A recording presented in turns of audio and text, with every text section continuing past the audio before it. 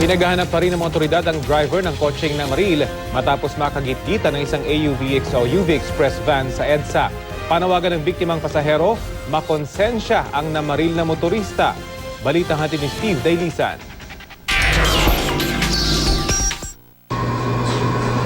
Iniinda ni Gardo ang sugat sa balakang na tumagos sa tagiliran bunga ng tama ng bala.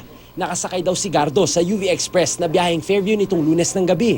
Nang may nakagitgitan daw na puting kotse ang driver ng sinasakyan niyang van paglabas ng paradahan nito sa isang mall sa Ortigas. Pagsapit sa gitna ng EDSA Ortigas flyover, nakat pa raw ng UV Express ang puting kotse. Dito na raw nagbaba ng bintana ang driver ng kotse saka nagpaputok ng baril. In-aim niya kasi talaga, hindi naman sa driver namin. Ang aim niya talaga is doon sa sasakyan lang eh. Ang tanong doon is, bakit ganon?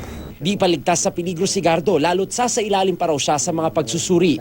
Bukod sa pangalawang buhay, nagpapasalamat daw siya na walang ibang tinamaan. Paano kung yun nandun eh, mga bata, pamilya niya, di ba? Mas masama naman yun, di ba? Kung may konsensya ka, di sana sumuko na lang siya. Ang problema, hindi naplakahan ng puting kotse. Bigla raw kasing nagpatay ng ilaw habang papatakas matapos ang pamamaril. Aminado ang driver ng van na pinairal din niya ang init ng ulo, kaya nauwi sa road rage ang gitgitan. Dapat hindi na lang din ako nakipagkulitan. Hindi naman natin din masabi na ganun yung nangyari na may magpapaputok ng baril. Handa naman daw tumulong ang driver ng van sa kanyang pasahero, pero pakiusap niya sa driver ng kotse. Sa susunod, huwag ka nang mamamaril ng kung sino-sino kasi hindi naman natin masabi. Baka mamaya may iba pang matatamaan. Sa bahaging ito ng White Plains sa Quezon City, sinasabing kumana ng driver ng kotse.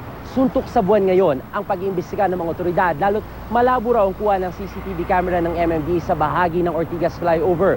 Binabalikan ngayon ng mga otoridad ang mga establishmento na dinaanan ng mga sangkot na sasakyan para makakuha ng CCTV sa pag-asang maplakahan ng kotse. Sakaling matukoy ang suspect, maharap siya sa mga reklamong frustrated homicide at illegal discharge of firearm. Steve Dailisan, GMA News.